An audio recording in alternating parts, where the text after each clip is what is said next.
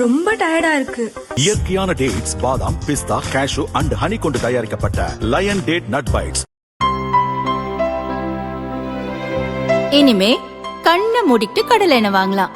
ஏன்னா மந்த்ரா கடலை எண்ணெய் இதயத்தின் தயாரிப்பு. வறுக்க, பொரிக்க, ஏன் எல்லா சமையலுக்கும் மந்த்ரா தான். மந்த்ரா கடலை எண்ணெய், அபார ருசி, ஆரோக்கியமான உடல் நலம். ஈரானில் போர் வெடித்ததும் வளைகுடாவின் முக்கிய எரிபொருள் கடல் வழித்தடத்தில் உள்ள ஹார்முஸ் ஜலசந்தியை அந்நாடு மூடியது. இதனால் இந்தியா உட்பட பல நாடுகளில் பெட்ரோல், டீசல், கேஸ் சிலிண்டர் தட்டுப்பாடு பீதி தொற்றியது.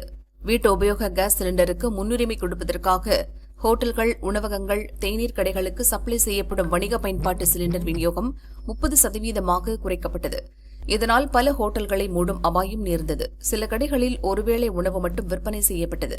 இதற்கிடையே மத்திய அரசு மேற்கொண்ட முயற்சியால் இப்போது உள்நாட்டில் சமையல் கேஸ் சிலிண்டர் உற்பத்தி அதிகரித்துள்ளது. எனவே வணிக பயன்பாட்டிற்கான சிலிண்டர் ஒதுக்கீட்டை கூடுதலாக 20% வரை அதிகரிக்க மத்திய அரசு ஒப்புதல் அளித்துள்ளது.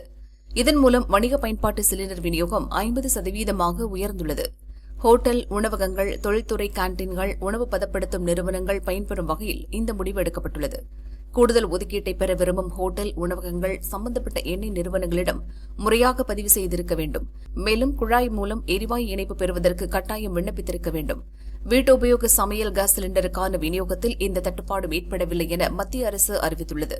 பீதியில் கேஸ் சிலிண்டருக்கு பதிவு செய்வது மக்களிடையே குறைந்திருப்பதாகவும் தெரிவிக்கப்பட்டுள்ளது. பெட்ரோல் பங்குகளிலும் எரிபொருளுக்கு எந்த தட்டுப்பாடும் இல்லை. எனவே அவசரப்பட்டு முன்கூட்டியே எரிபொருளை வாங்கி சேமிக்க வேண்டாம் என மத்திய அரசு கேட்டுக் கொண்டுள்ளது. இதுவரை 3500 இடங்களில் நடந்த சோதனையில் 1400 சமையல் கேஸ் சிலிண்டர்கள் பறிமுதல் செய்யப்பட்டுள்ளன. இப்போது பதற்றம் தணிந்துவிட்டதென்று மத்திய அரசு கூறியுள்ளது.